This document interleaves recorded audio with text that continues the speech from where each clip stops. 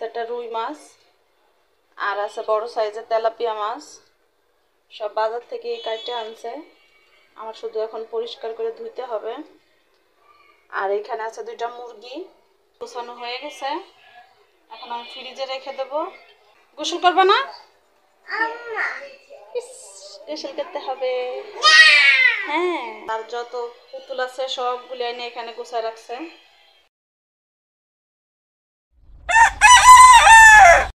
তো ময়লা নিয়ে গেছে, এটাকে ভিজায় রাখবো।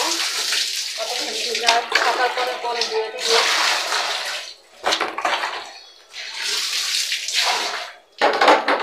দেখেন প্রতিদিনের মতো চুলায় ডাল বসা দিছি। আর এই যে এদিকে মাছ আছে, বাজার থেকে আজকে মাছ কাটে নিয়ে আসছে। এখানে আছে একটা রুই মাছ আর আছে বড় সাইজের তেলাপিয়া মাছ। সব বাজার থেকে কাটে আনছে, আমার শুধু এখন পরিষ্কার করে ধুইতে হবে। আর এখানে আছে দুইটা মুরগি, মুরগি দুইটাকেও ভালো করে পরিষ্কার করে তারপরে কাটবো। মুরগিতে একটু ময়লা আছে, ভালো করে পরিষ্কার হয় নাই। আর এই যে এদিকে নিয়ে নিলাম অনেকগুলি বক্স, আমি সব কিছু বক্সে রাখবো, এই জন্য বেশি করে বক্স নিয়ে নিছি। তো চলেন আমি এখন তাড়াতাড়ি করে এগুলি কাটাকুটা করে গুছাই নিই, তারপর আবার রান্না করতে হবে। তো মুরগিগুলি কাটা ধোয়া হয়ে গেছে, সব বাটিতে বাটিতে ভাগ করে নিলাম। এখানে মুরগির চামড়াগুলি আলাদা করে রাখছি, এখানে যে আলাদা করে একটু মাংস রাখছি লুডুসে পাস্তায় খাওয়ার জন্য। আর এই যে এদিকে সবগুলি মাছ ধুয়ে ভাগ ভাগ করে নিছি, যেদিন যতটুকু রান্না করব ওইভাবে রেখে দিলাম বক্সে করে। তো সবগুলি গোছানো হয়ে গেছে, এখন আমি ফ্রিজে রেখে দেব, রেখে রান্নাটা বসে দিব। অনেকটা সময় হয়ে গেছে, আজকে অনেকটা দেরি লাগলো। তো ফ্রিজটার ভিতরে সুন্দর করে সব গুছা রেখে দিছি বক্সে বক্সে করে। সব গুছানো শেষ।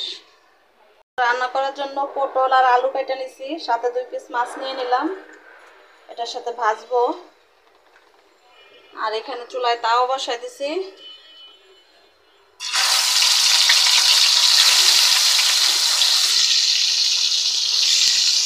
দেখি এদিকে কে কি করে।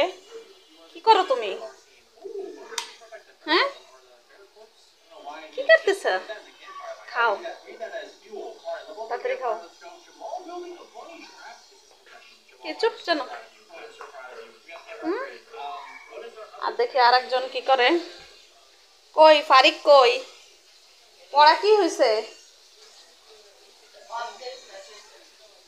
আর কতটুকু বাকি আছে? তাড়াতাড়ি শেষ করো। আর এই তো আমার রান্না চুলায়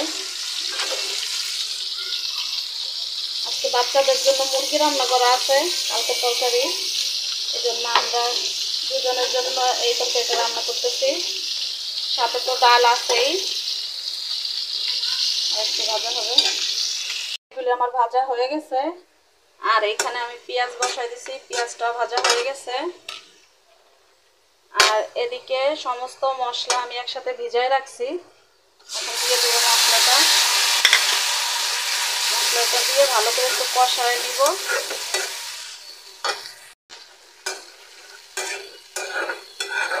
কষানো হয়ে গেলে তারপরে এগুলি আমি দিয়ে দেব, হালকা একটু মাখা মাখা করব, অল্প করে একটু পানি দিয়ে দিলাম। মশলাটা কষানো হতে থাক, আমি ঘরটা ঝাড়ু দিয়ে নিব।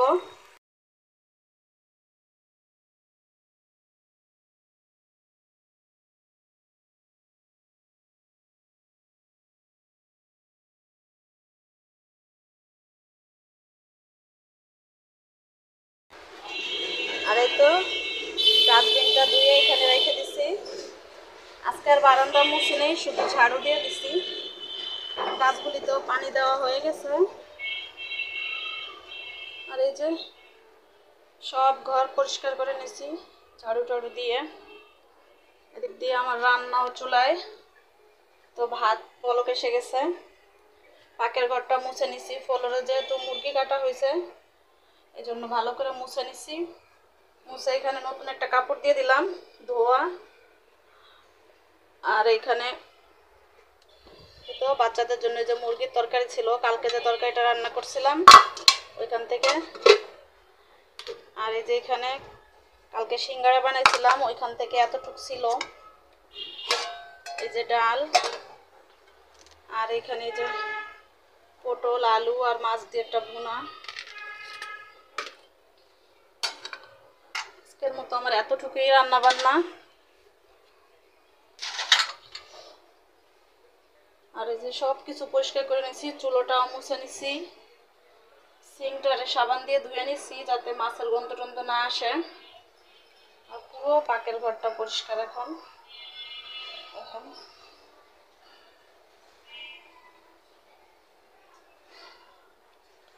চুলায় ভাতটা হইতে থাক, আরেকটু হলেই হয়ে যাবে।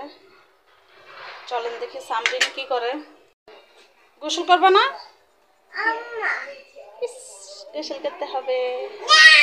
হ্যাঁ, গোসল করতে হবে। আম্মুর ভাতটা হলেই তোমাকে গোসল করে দিব। কেন? দেখো বাইরে আজকে কত রোদ উঠছে, দেখছো? কেন গোসল করবে না কেন? প্রতিদিন গোসল করতে ভালো লাগে না? কালকে তুমি গোসল করো না, আজকে গোসল করতে হবে। গোসল করলে মাথা ব্যথা করে। আচ্ছা, একটা জিনিস দেখায়, দেখেন আমার মেয়ে টেবিল গোছাইছে, তার যত পুতুল আছে সবগুলি এনে এখানে গোছায় রাখছে। আর এই তো টেবিলটা আজকে পরিষ্কার করে নিছি, টেবিলটা ধুলা পড়ছিল। আর এটাই সকালে পানি দিয়ে দিলাম।